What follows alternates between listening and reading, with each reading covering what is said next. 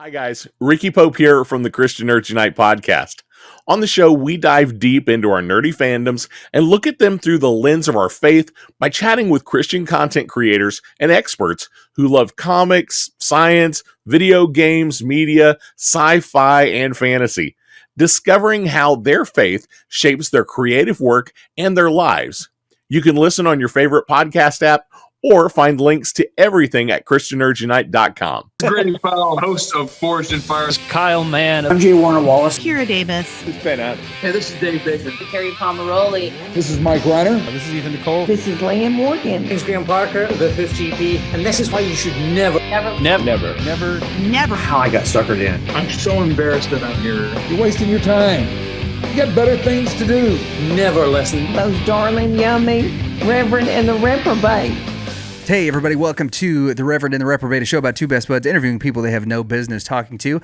My name is Lucas Pinkard. I'm an actual pastor, and here with me today on this very special Rev and Rep Sans Dan episode is the intern, young Camden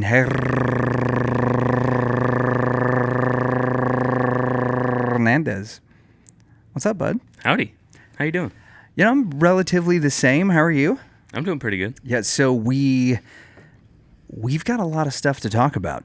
Do we? You and I. We've got beef that we need to get to, but before we get to some of that stuff and get caught up with you, a couple of weeks ago we missed an episode, and I want to kind of give everybody the update on that and why that happened. So I mentioned in the episode that aired last week that I got really good news. Mm-hmm. And the good news was that the lovely Mrs. Pinkard is pregnant again. She is. Yeah, so we will the sequel will happen sometime in the sequel. The sequel. That's what we're going to call it for now. The sequel's happening sometime in like March or April. We're not really sure. We got our first appointments this week to kind of get all that stuff sorted out. And then, so we find that out, and then like 2 days later, Levi starts acting weird, and he spikes a fever. We take him to the doctor, and Levi has what's called hand, foot, and mouth disease.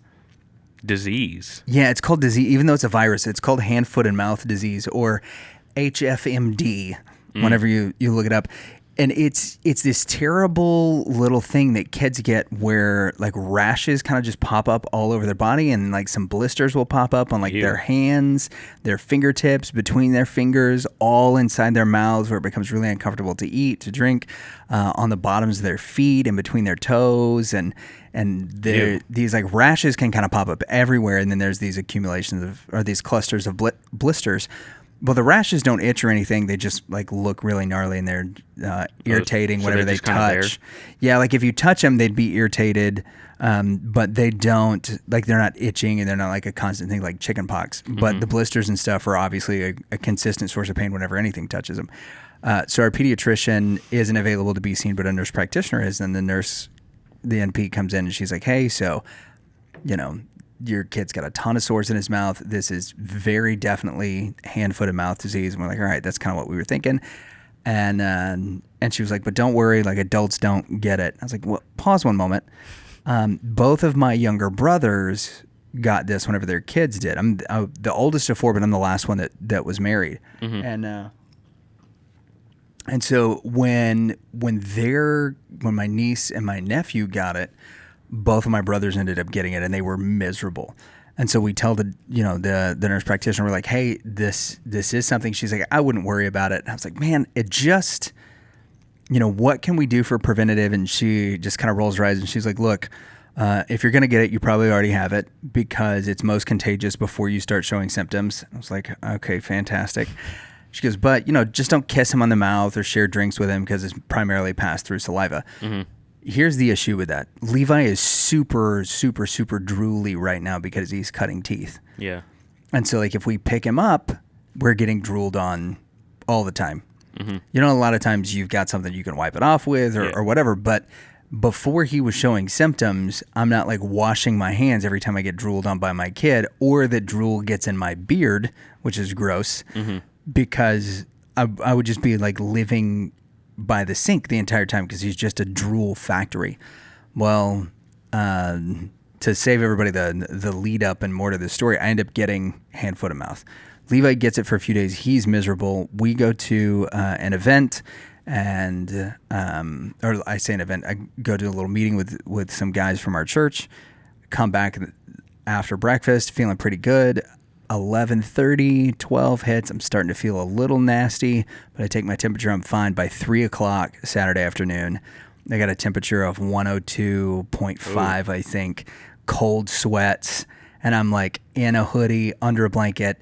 We can't, because it's been like 110 degrees in Texas with a heat index of like 120 something. Like our air conditioner can't keep up. So it's like 78 degrees in the house. I've got the chills so bad that I can't get warm. And so I'm like in a hoodie, pajama pants, a couple of pairs of socks, just like covered up, huddled up under a blanket, just miserable. Mm-hmm. So I have to call in some reinforcements to preach for me on Sunday. The Sunday, it's kind of the same thing, but the cold chills sort of stop. Monday is when the sores come out for me. And we start counting, and I've got nearly 4 dozen blisters that I counted inside of my mouth. Ooh. So my mouth is like swollen. They're all over the top and bottom of my tongue. They're on my gums. All the ones that were the worst for me were the ones that were on the inside of my upper lip. Because anytime I tried to move, like if Kirsten came in to check on me and asked me how I was doing, if I talked, they hurt. If I smiled, they hurt. If I frowned, if like I winced because something else somewhere else, caused pain, like that wince would cause my upper lip to move, and all of those blisters on my upper lip would grate against the inside of my gums. So it was just miserable. Then they start showing up on my fingertips, and I've got some spots that you can see in the rest of the country won't be able to, where all on my hands and on the tips of my fingers were just blisters, and then they started popping up under my fingernails. And this for me was the ones inside the mouth were the most uncomfortable, bar none, but the ones underneath my fingernails were the weirdest, because as they were popping up and the closer they got to like the edge of the fingernail, they would start like pushing my fingernail away from my skin. And it's a thing that like several people, like adults that get this, will sometimes lose their fingernails and toenails whenever they've got it. So needless to say, whenever I would go to type or to edit our episodes, it would become like a lot of pressure, kind of painful, but also I was like, it felt Scared like your fingernails are gonna like fall realistically, or if this is something that's like maybe an unrealistic thing, my perception was the more I type, the more I try to edit, that I'm using the mouse or whatever, the more and more it felt like my fingernails were just gonna fall off. And so I was like, hey, you know what? So that's why we missed an episode a couple of weeks ago, because I was not really in condition to edit. I was still feeling a little weird, but couldn't, like eating, drinking, talking were all really difficult because the mouth was covered in blisters. Well, I had a conference. Talking is a pretty big part of podcasting. Yeah, and not just that, but so I had on Saturday, so the first Saturday that this happens on, I spiked the fever. Well, a week from then, I'm speaking at a leadership conference, and I've got 3 breakout sessions that I have to teach. Mm-hmm. And so each one of those breakout sessions is an hour long plus Q&A. Oh. And so I've got like a 4.5 hour block is what it ended up. Well,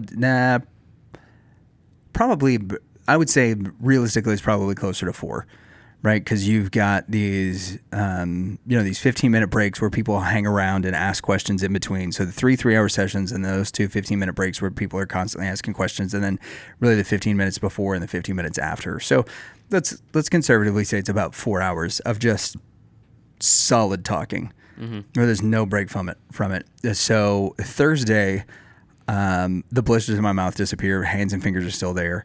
And then by Saturday morning, everything has like gone away, but it's gone away in that weird thing that, like when a blister like loses all the juice that's in the middle of the blister. And it's just right? like flat and deflated right there. Right. But it's also, so you get the flat and deflated, right? Kind of the floppy skin. But in some of them, like a really bad burn blister or something like that, the skin is really hard, right?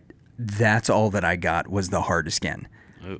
And it's hard skin in between my fingers and in between my toes and on my fingertips. And on my fingertips, it's been catching stuff. Like when I go to, feed the chickens, like the edge of the bucket that the chicken food is in has like some edges because it's, just a plastic 5-gallon bucket, right? But it caught the edge of one of the blisters on my fingertips, like the remnant of that, and like ripped off a huge chunk of it's pretty gross. So I'm kind of like sloughing off skin. So I've got to, preface everybody whenever they come in. But also I haven't really done anything at this point in like a week. I haven't talked to anybody really like for a prolonged period of time in a week, but I also really haven't done much as far as like being up and about. That 4 hours was like the most exhausting thing I think I've done in I don't know how many years. Just like standing up for 4 hours straight, talking to people the entire time. I was down in like water and throat coat teas and everything I could do to try to just kind of maintain the voice, and then I was teaching on a subject matter that was really, really difficult. And so I'm teaching concepts and then having to answer questions and all that. And so as soon as we get done, I came home and just like flat out crashed. And then, and so now we're here. But for all of you who are listening, thanks for being patient with us. That's the reason that we missed last week's episode. So we do apologize for that, but that was it. I was dealing with hand, foot, and mouth disease. And I'll tell you, if you're curious about it, go ahead and give it a Google because it's gross, but you'll kind of get a good idea about what I was dealing with last week, and it's gnarly, man. So is it like genetic that you get it as an adult since your brothers got it? Yeah, I don't know. Like part of me thinks that it's got to be, right? That there's like some that's a weird coincidence that right. Yeah. If it's super uncommon for adults to get it, and then all of your brothers get it. Yeah, like all three of us get it after our kids do. And then all three of our kids, it seems like, had a pretty mild case. And all three of the adult boys were pretty severe. Like my youngest brother, he said it took all of the skin off of his palms and the bottoms of his feet, and it took like a month for the skin to grow back. Ooh. So he didn't have like just on the fingertips like what I've got, but his blisters were like his entire palms and feet. And there's different degrees. I think there's like 3 different variants of hand, foot, and mouth disease. And obviously he got a pretty severe one, or one that his body didn't handle well. So I don't know if there's some kind of genetic predisposition to this particular virus, or like this type of virus that our bodies just have like a low constitution for fighting it, or whatever. Because like most things that get passed around, like we don't get, or we only get like mild cases of it. But hand, foot, and mouth, it was gnarly. 10 out of 10, do not recommend. Like, well, I guess that'd be 0 out of 10, do not recommend is the rating there. So yeah, it was nasty. And then this week, as we're trying to, we're ramping back up. Last week, episode 8 of Camden Becomes a Star Wars comes out, and two rave reviews. And so now we've got one more of those left. But as we're getting ready to do our recordings, Danley was taken away on a work trip, and versus leave these sweet, clean listeners of ours in the dark without another podcast to listen to. Can't believe him. Camden jumped up and filled in the big man seat. So how's it feel over there? What's the perspective like? You're farther away. Yeah, that's true. Then whenever you're in the center, that is, you're like, we have to reach. Yeah, there we go. It's not quite the loving run across the prairie to get to one another. We can get there pretty easy with reach up. But yeah, there is there's more distance here. You got a little bit more leg room than that. I want to get to some of the stuff that we have not gotten to discuss with you on the show before, and I think you've got some props for us. Did you bring? They're over there. Okay, yeah. So why don't you go snag them while Camden does this? One of the things we found out about Camden over the course of our time podcasting, I think he's been with the show for about a year. He starts to talk to us like just in passing about some of the cool things and abilities that he has. And I don't know what brought this up. We actually tried to highlight it on an episode several months ago. It's that Camden is a Rubik's Cube wizard. Now, I don't know the proper terminology for that. I don't know about wizard. I don't think that's it, but you're part of the, there's a union or an association? WCA, the WCA. which is the World Cube Association. Okay, so the World Cube Association, and you are a card-carrying member of the I'm World not Cube, card-carrying. the World Cube Association, but you are internationally ranked as a Rubik's cubist. Yeah. It's like, what do you call the competitors and this? Are they like Cubers? they're called cubers? Okay, so you're a cuber. I am. Yeah. Because I solve little twisty puzzles. Okay, so is it the normal like 3x3 that we think about, or are there different levels of competition with different size of There cubes? are. So there's the regular 3x3. Which Yes. That's like the one This that is the one that everybody's thinks of. familiar with, right? With the regular with the dots, and then you get frustrated and you take the stickers off and you just put that them one to doesn't tell have any everybody that you saw. stickers. I know. Yeah, I see that this one is really difficult to cheat with. Oh. Okay, so we got a 3x3. He's just pulling out a bunch of Rubik's cubes. This one is 4x4. This one's a 25, That one's a or 5x5. 5x5, a 2x2. Okay, so this one that's 2x2, is this actually easier or more difficult to That solve? one's a lot easier. Because Okay, there's cool. like half the amount of steps that you do to a normal one. All right, and there's just, because I've watched enough movies on this, all you basically do is just this, you find your starting cube, and then you close your eyes and you just flip like 30 times, and then it fixes itself. Dude, some of these look really complicated. That one's actually really easy. Okay, so The this world record for that one is less than a second. this one has a square in the middle and then like triangles on the edges. And okay, I don't even, Twist like the that's so bizarre. like center kind of. Okay. No, like Yeah, show to me how to do it. so it's like this. Okay. All right. So with these ones that you're mixing up like that, like what's it called when it's a scramble? Yeah, Is it's that correct? scramble. Yeah. So when somebody wins a Rubik's Cube competition, is it because they got an easy scramble? Like, is that a thing? There's definitely such thing as an easy scramble. Like my personal best on the regular one is 11 seconds. But that's because I got like a stupid easy scramble. Okay. So how do you know if you got an easy scramble? So some people can know just by looking at it. I'm not like that. I don't know if I it's also easy am not just by like that. looking at it. Yeah. But I can tell if the first step is going to be easy. So like the first step to solving a Rubik's Cube the way I do it, which I use a method called CFOP, Okay. which stands for cross, F2L, OLL, and then PLL, which are the like steps. So like if I get one and it's like this, I know that it's going to be an easy cross because there's already two of the pieces in place, Okay. which would be these two. And then Okay, you're there's- gonna have to hold that up to where like it'll be easier to see. Okay, so you've got some pieces in place here, and this is on already for all of our people who are you. This is an episode that you're gonna want to check out on YouTube if you're listening on audio, so that you can see what we're talking about. So basically, there's this piece that's already in place, which you can tell because of the middle. Yeah. The middles don't move. The middles on this are like center pieces. That's how you know what color that side is going to be. So these are lined up, and then as well as the white, we're looking at the white cross right now because that's what I do personally. And then there's the blue lined up, and then there's the red one right here, which is only one move away from being in place. Okay. And then now for the last green one, it's just that, and then now that's in place. So ignoring the white corner, now we have a little like cross plus sign thing. Okay. And that's the first step. And then the second step would be F2L, which stands for first two layers. So it's where I make these kind of pairs where there's like this white corner piece as well as the like edge piece that goes along with it, and then you put it in, and then that's the little that You're part. doing it so fast. That's insane, man. And then you can make the other one, and then put it in, and then there's one more, and then the last one. Whoops. There we go. And then now the first two layers are solved, which those are Right. like the easier ones. And then the last layer is the hardest because, you got to do it without messing up everything else. So I would do OLL, which I don't know like real OLL, so I do two look. So I do one to get it to where there's like a cross on the top.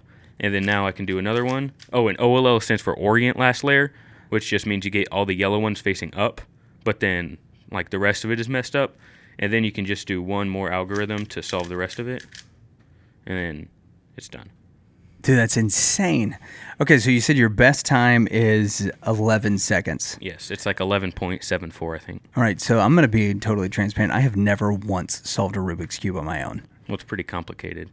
I mean, it's easy to learn, but you have to actually like want to learn, you know? Yeah, there has to be like a desire to do it. And my desire was that my dad told me I wouldn't be able to do it. Okay, so that's what sparked your thing is your dad told you, hey, no, you're not going to be able to figure this out. And you're like, yeah. Because we were at at Walmart one time, and I saw it, and they were on sale. And I was like, hey, can we get one? And he was like, no, because you're going to touch it like twice and then never touch it again. So wow. All right. So it's like challenge accepted. And then my sister got me one for Christmas, like the following Christmas. Yeah. And then 2 weeks later, I learned to solve it.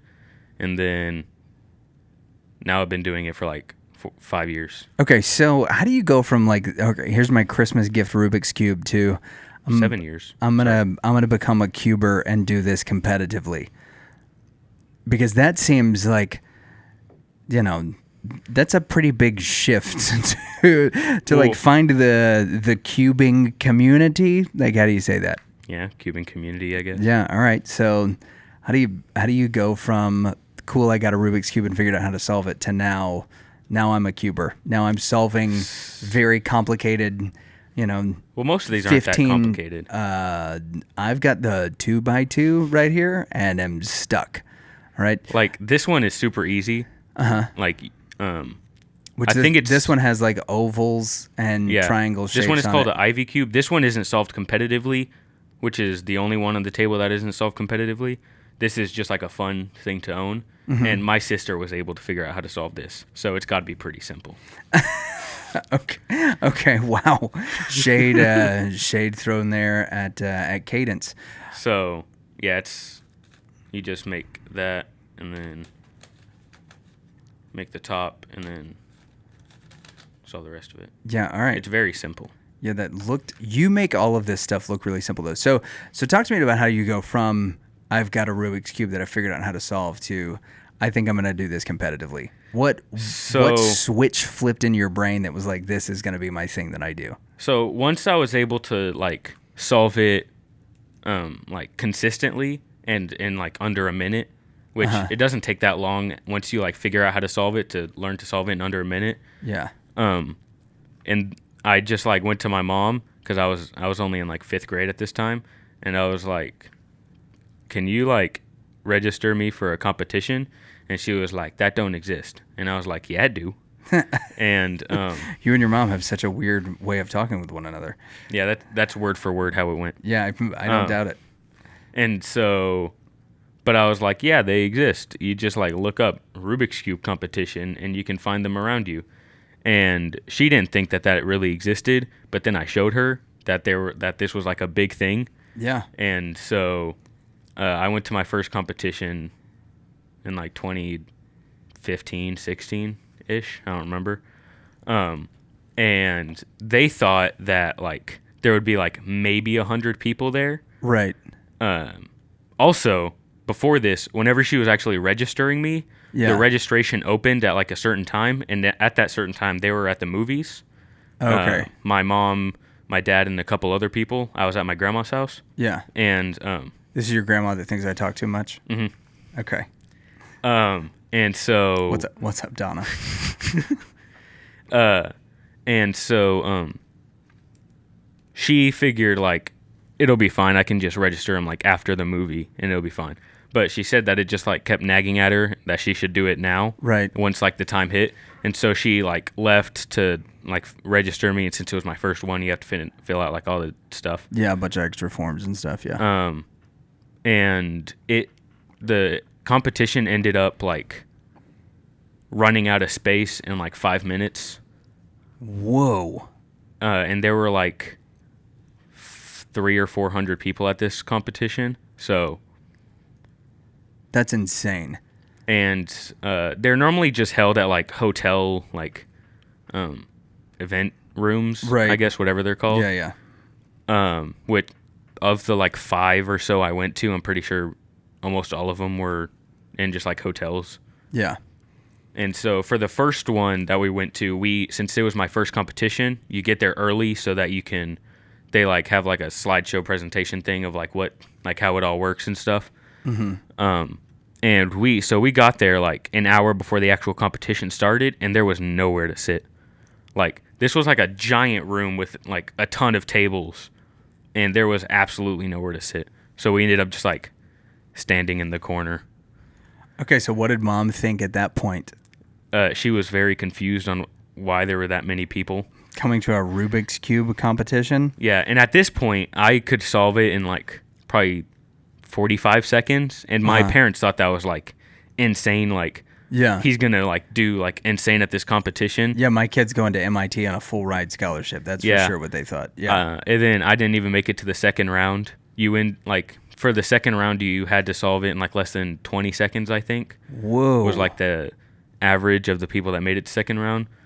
And so I didn't do that good at the first one. I only made it to the second round at one competition, and I didn't. And these are like multiple day things. So like you go one day, you compete on like the different events that you're competing in, and then you like go home. They like do all the stuff to figure out who moves on, and it's like the top, 50 times of each event, and then it tells you whether on the WCA website, it tells you whether you made it to the second round, and then you go. They updated it like 2 hours before the competition, and it ended up that I made it to the second round, and I didn't realize until after it was already over. Oh, so I didn't wow. even get to compete in the second round of the only competition that I made it to the second round in. Wow, that stinks. Yeah. So, like, are they just taking your time? Yeah. So the way it works is they call you up. They like yell out your name. You go up there. Yeah, Camden Hernandez, here's your scrambled 2x2 that I'm not going to be able to figure out. They do it in a very particular way. Okay. They have a little cardboard like cup thing that goes over it. Oh, yeah, because they hide it from you. Yeah. Yeah. And then you have 15 seconds to inspect it. So you say you're ready, and they move it, and you have 15 seconds to inspect it. You're not allowed to like do any moves on it or anything. You're just like looking at it. And then they warn you at 7 and then 12 seconds. And then if you go to 17 seconds and you're still inspecting it, you get a +2 penalty. And if you go past that, then you get a DNF. Oh, okay, wow. Which that doesn't really happen very often. So like, how do you let them know that you're ready then? You just put it down, and then they have the timer. You have a timer right here, which you just put your hands on it, and then whenever you let go, it starts. And then whenever you put your hands back on it, it stops. Okay. And so you just put your hands down, and then you start, and then you would go. This cube that I've been working on for, at this point, like 10 minutes. Once you're done, you just Camden drop did it, and then put it, and then hit the timer. 30 seconds. And then you have your time. And then they just write it down on your paper. They sign it, you sign it, you move on. And then... So how many do you just do like one cube for the first round, or are there like multiple, or do you enter in competitions like per the kind of cube that you're doing? So... Like you've got the 3x3 competition and the 2x2 competition, and is that how it there's works? the different events. Some of them go on at the same time, but like for the most part, it's like they'll do the 3x3s, and they'll move on to the 2x2s, and then the square ones, and then the cubes or whatever. This is a square one, by the way, and then this is a cube. Okay, cool. And then so for each event, you do 5 solves, and then they like omit your fastest solve and your slowest solve, and then they just average that 3, and then that's your like average for that event. For that event. And then the top 50 times for the average go on to the next round or whatever. Okay, so this here that one's one of my favorite ones. That one's really fun. Yeah, this has multiple shapes, and it's called a cube. No, that's a square one. A square one, which is not square shaped. It sort of is square shaped if you put it in the square shape, but it doesn't have to be. That one's really fun to solve. I like that one. Yeah, I'll take your word for it. That one's like similar difficulty to like regular 3x3. Okay, which is just fairly easy compared to some other ones. All right, so what's the most difficult one for you to solve?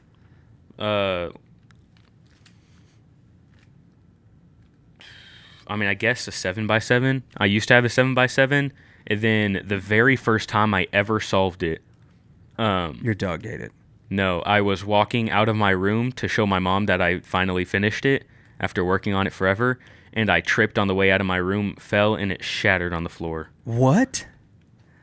That was a sad day. That's a terrible story. I'm just And- going to keep mixing these up so that you can fix them. And which, that's annoying because but I know how to put together cubes. Like, they're not that difficult to put together. They're just time consuming. Right. But it actually snapped the core. Yeah, of the little it, core so- ball that's in the middle. So it's not really a ball. It's like I'm not going to do it on that one because that's. How many of these things do you have? This is most of. I used to have a lot more, and I'm gonna be honest. I think I just lost a lot of them because I don't know where some. I don't know where some of them are. Yeah. But you have a whole backpack of cubes that you so do you when you're at school, are you talking to do you have cube buddies that No. go to school with you?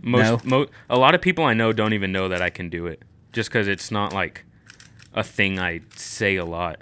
Why? Because I mean, it's just like a thing I do.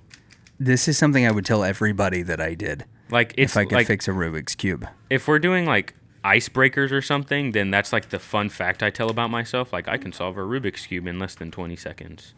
But So it's less than what's your average Rubik's cube time? right now it's probably around 20. But whenever I was like actively practicing, it was around like 15-ish.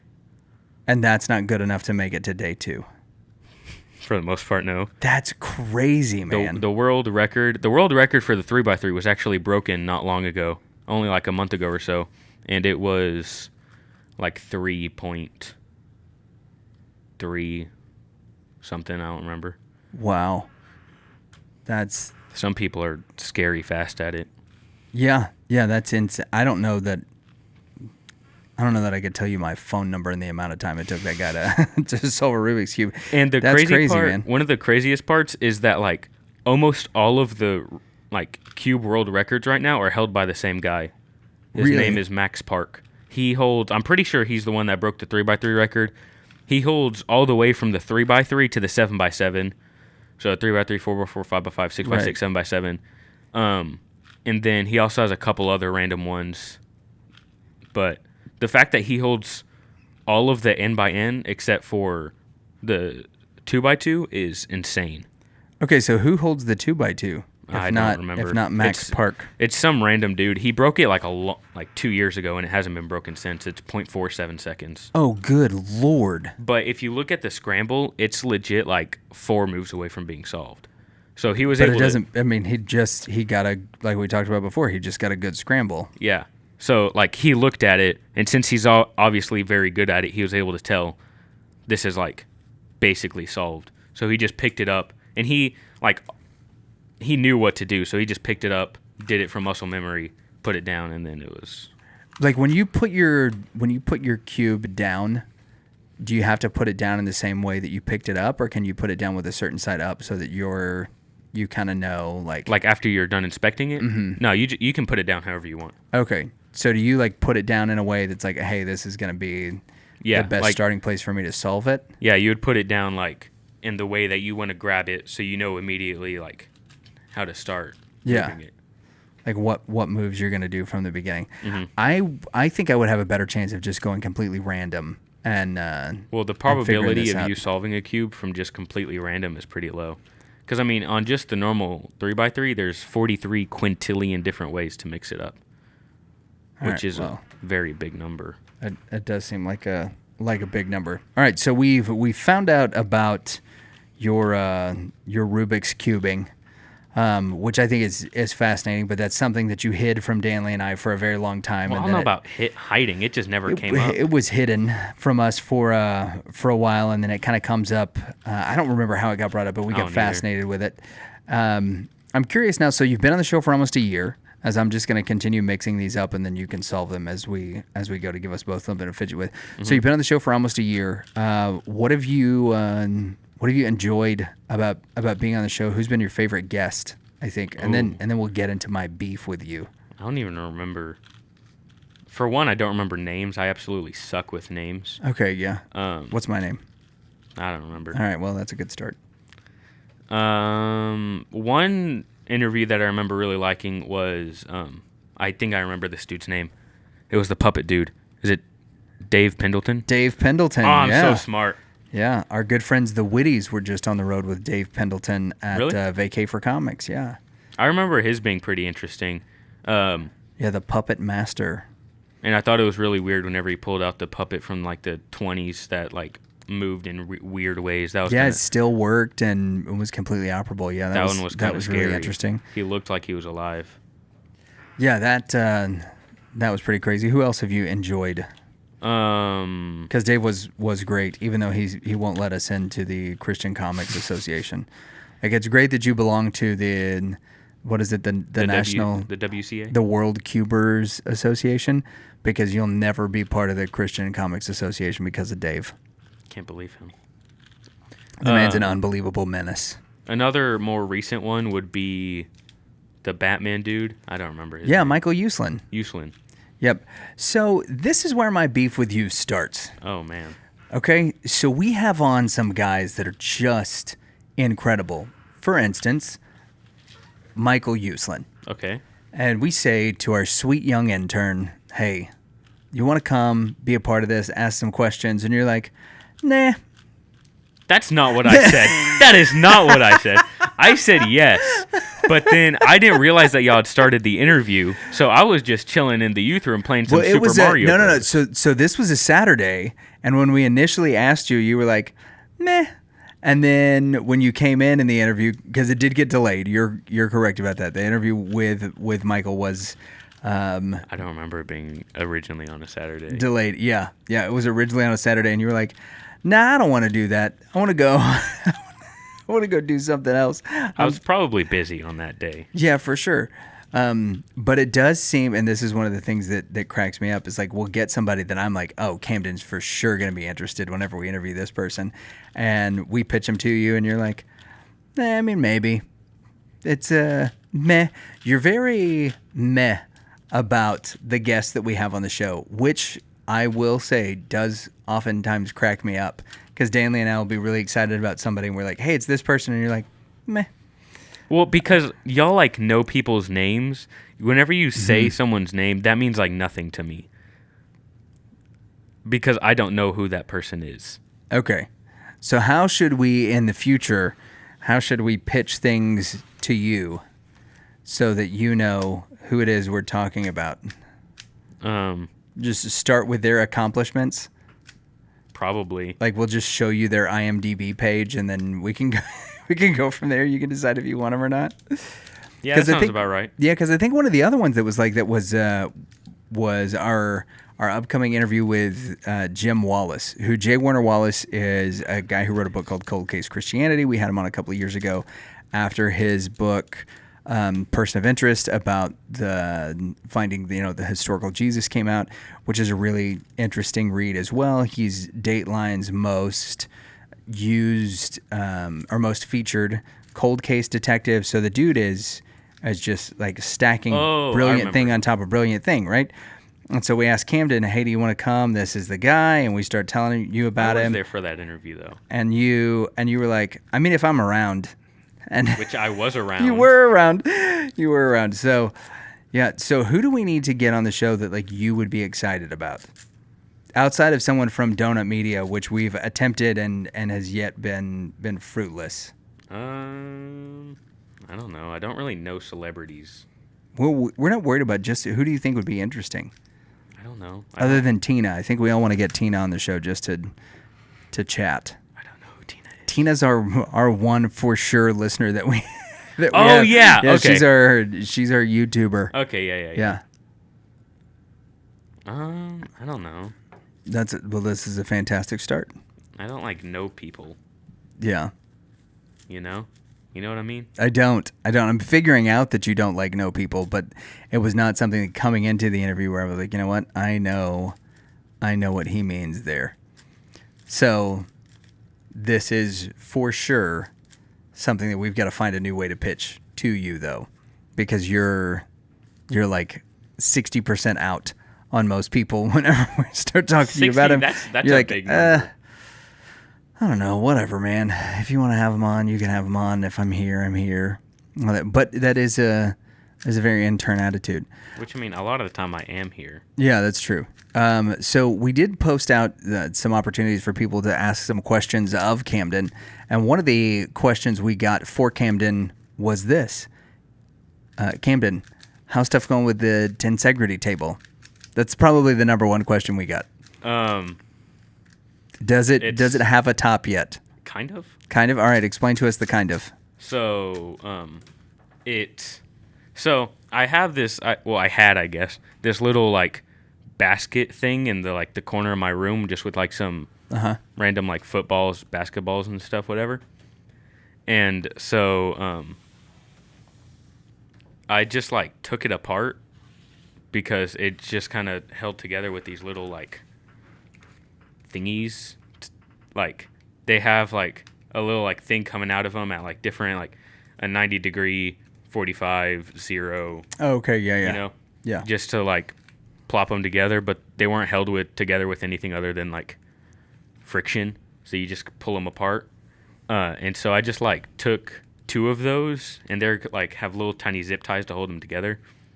I just like took that and then put it on the tabletop, and so that's my tabletop right now. And so I have some like that's where I have it as like my bedside table right now. So that's where I put like my wallet and keys and Rubik's cubes. No, I'm just kidding. Those are on my desk. Yeah, the Rubik's cubes are where they belong. I put Hot Wheels on there though. On your desk. Yeah, because Hot Wheels are another thing that you sort of collect and accumulate outside of Rubik's cubes. Mm-hmm. I have like 500 and something. Are you going to be one of these Hot Wheels collectible guys that like tries to sell them, or are you like, no, I have all the Hot Wheels I could ever want? My dad sells them, but really? I don't. This is such a hard one to scramble.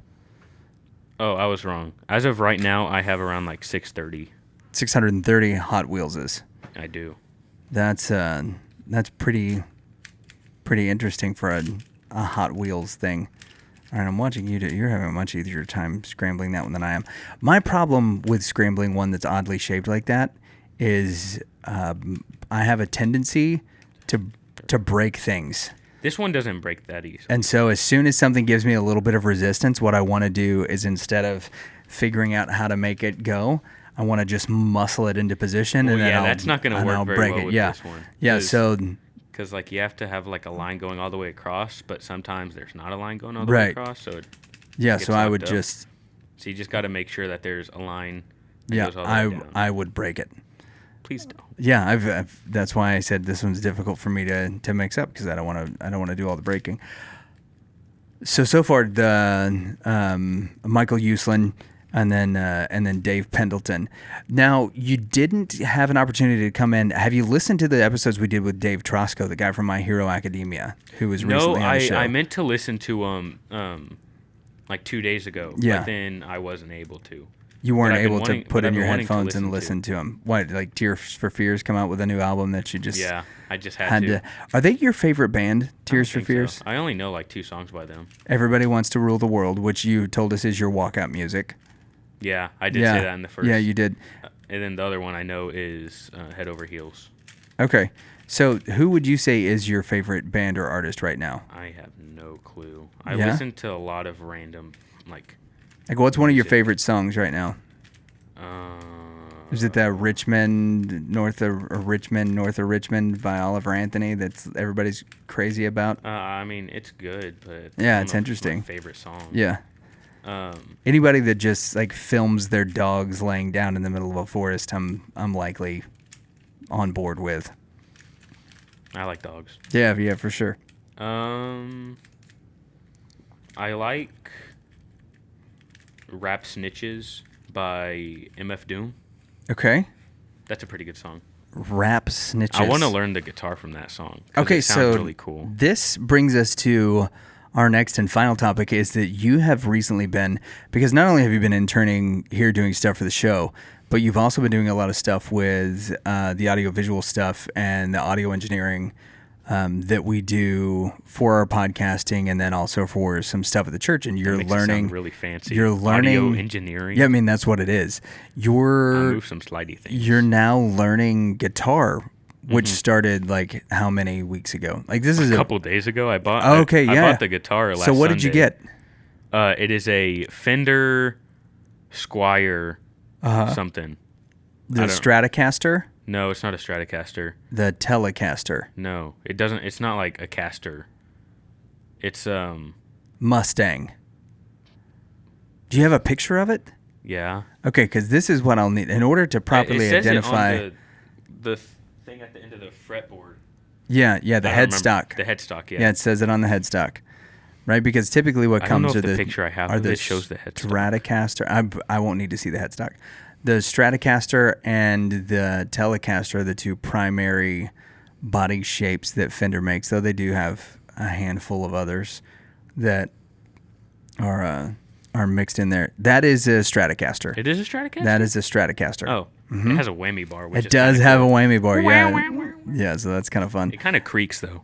The whammy bar does? Mm-hmm. It's how new are the strings? Brand new. Not very. What? The strings aren't very new? No. Did you get a floor model? I don't know. I bought it from Sydney. Oh, okay, yeah. So they're likely older strings. Yeah, and there's Okay. like gunk in them. So Yeah. I should probably get new strings, but Yeah, we can change the strings. That's easy to do. So how are you liking guitar so far? I like it. It's fun. Yeah. So what have you learned? Not much. Yeah. So like, Um, do you know any chords? Do you know accords? I can do a couple, but I don't know their names. Okay. I think they're chords. You think? I don't really know. I try to learn like simple songs, and I just do what the guy on YouTube tells me to do. Okay. So what simple songs have you learned? Uh, You're really making me work for this. TNT by AC/DC, Okay. which is very easy because it's Yeah. legit just played on the low E string, and Yep. it's like And then you just shout It's like "oi" 3 chords. periodically. Yeah. Okay. it's just E string open, fret 5, and then fret 3. All right. So that's It's E just- it's A just- G. It's just open 3 5 3 open.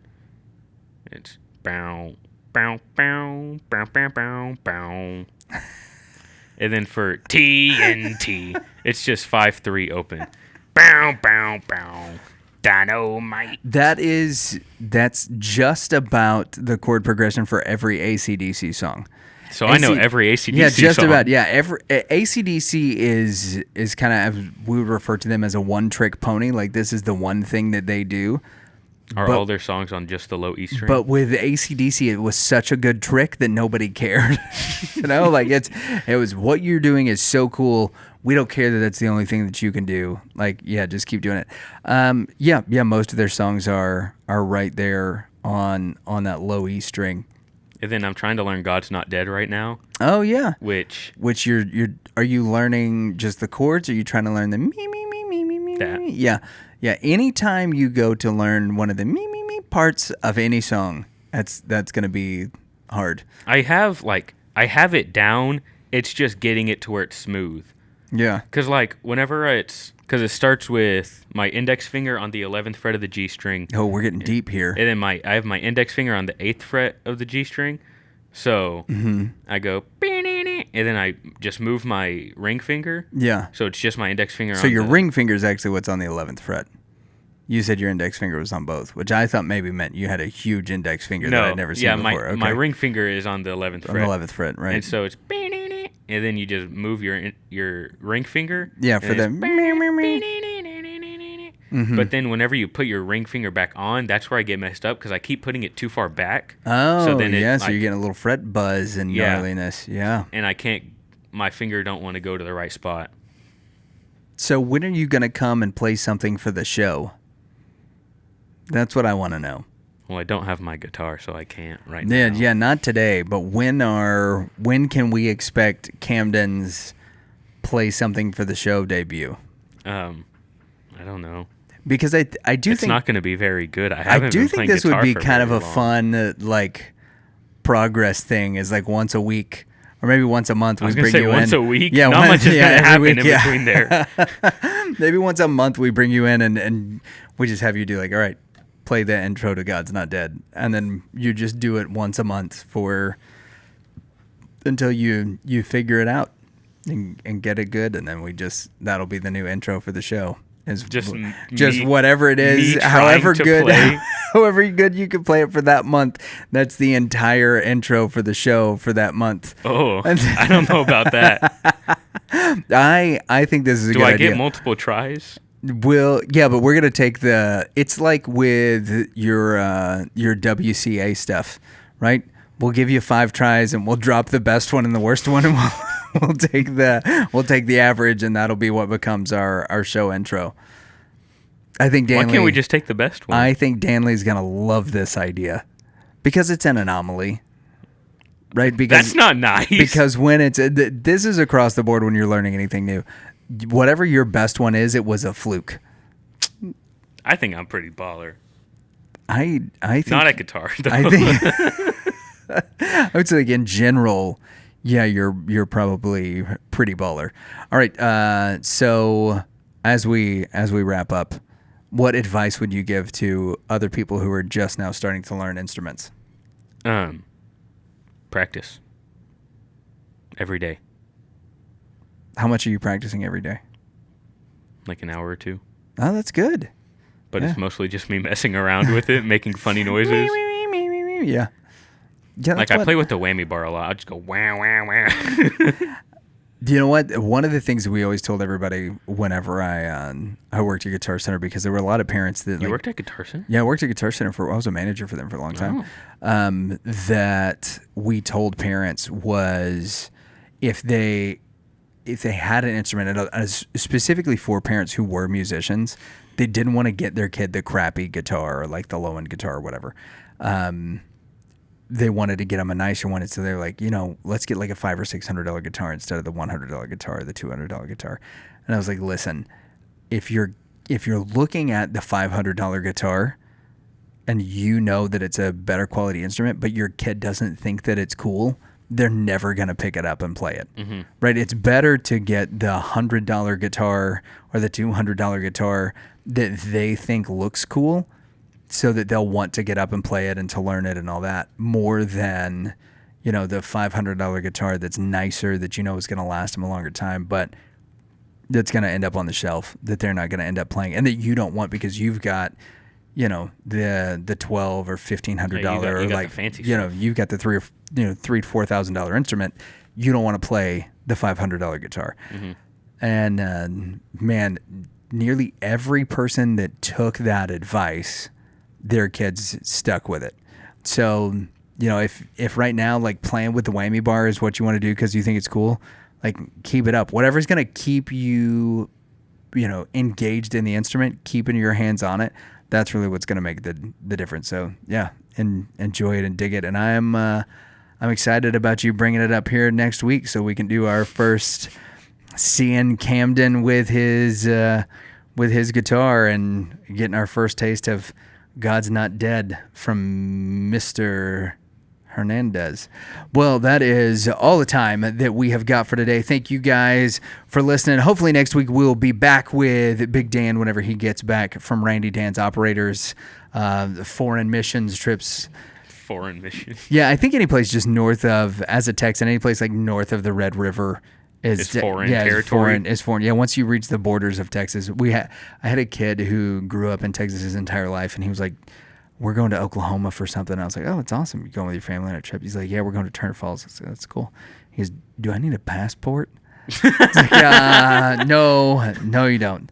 No, you're 17. You should know better than that. Well, thank you guys for listening. Make sure to like and subscribe, ding the little bell so you get notifications whenever new stuff is coming out. We'll be back next week with Big Dan. We've got some exciting guests coming up, including our good friend Jay Warner Wallace, who we mentioned a second ago, and we will be interviewing the lovely, the very talented Miss Leanne Morgan in the future.